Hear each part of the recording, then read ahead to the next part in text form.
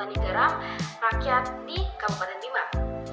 Kebutuhan terhadap garam tidak dapat digantikan. Setiap orang mengkonsumsi lebih kurang 4 kg garam per tahun dalam bentuk aneka pangan. Masa panen garam normal di Indonesia umumnya sekitar 4-5 bulan, yaitu dimulai sejak bulan Juli sampai dengan November.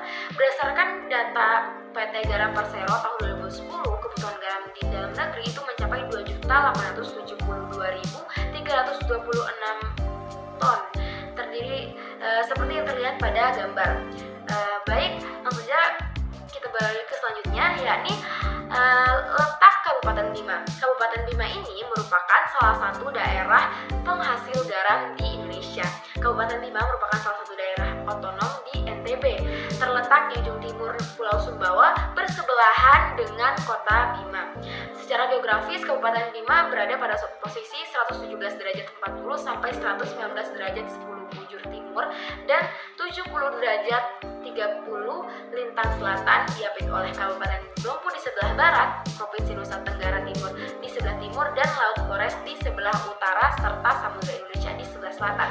Selanjutnya adalah industrialisasi garam di Kabupaten Bima. Garam adalah salah satu potensi luar biasa yang dimiliki oleh NTB, baik dari sisi bahan baku maupun pasar. Estimasi kebutuhan garam di NTB diukur dari konsumsi rumah tangga, konsumsi industri pangan, dan non-pangan. Total kebutuhan garam di NTB kurang lebih 46.591,80 ton per tahun. Pemerintah NTB sendiri telah membangun industrialisasi garam di Bima sejak tahun 2022 lalu. Industri garam di Bima ini dilakukan untuk meningkatkan kualitas garam di NTB sehingga layak bersaing di pasar nasional. Dengan adanya industrialisasi garam di NTB, diharapkan bisa diserap sebagai bahan baku oleh kebutuhan industri lainnya seperti farmasi, kosmetik, tekstil, dan lain sebagainya. Selanjutnya adalah penghasilan garam di Kabupaten Bima. Harga garam di Kabupaten Bima ini cenderung bervariasi, dipengaruhi oleh cuaca dan musim garam, seperti yang terlihat pada gambar. Kemudian yang selanjutnya adalah karakteristik petani garam di Kabupaten Bima. Karakteristik petani garam di Kabupaten Bima ini, petani garam di Kabupaten Bima itu berusia kisaran 36 sampai dengan 60 tahun ke atas. Nah, lebih dari 50%-nya adalah yang berusia 45 tahun. Hampir semua petani garam sudah berkeluarga dengan anggota keluarga 1 sampai dengan 10 orang. Dengan adanya anggota keluarga pada usia produktif, tenaga kerja menjadi tersedia dari dalam keluarga tersebut.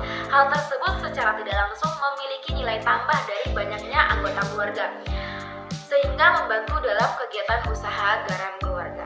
Selanjutnya adalah analisis produktivitas, mutu, dan kinerja keuangan usaha petani garam rakyat. Yang pertama, produktivitas.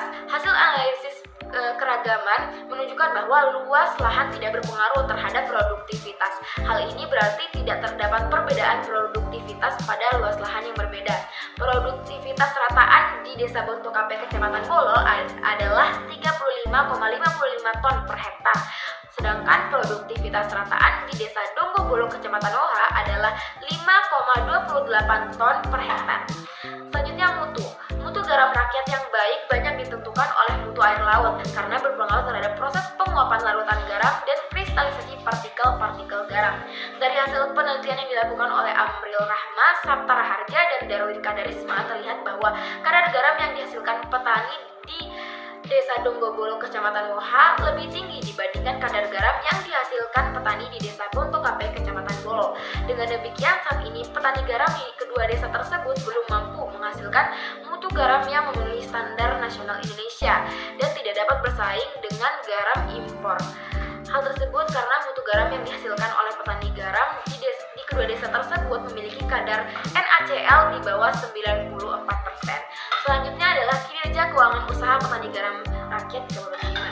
Harga produksi garam di Kabupaten Bima itu berbeda-beda karena dipengaruhi oleh cuaca dan musim garam. Petani garam di Kabupaten Bima, khususnya di Desa Bontokape dan Desa Donggobolo, tidak bisa menaikkan posisi tawar harga akibat ketidaktahuan mengenai mutu garam dan tidak banyaknya pembeli tetap.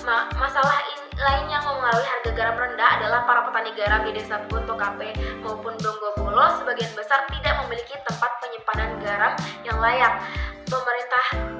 penerimaan usaha petani garam adalah perkalian antara produksi yang diperoleh dengan harga jual. Pendapatan per hektar petani garam di Desa Bontokape Kecamatan Bolo dan Desa Dongobolo Kecamatan Woha yakni Rp2.325.000 sampai Rp40.800.000.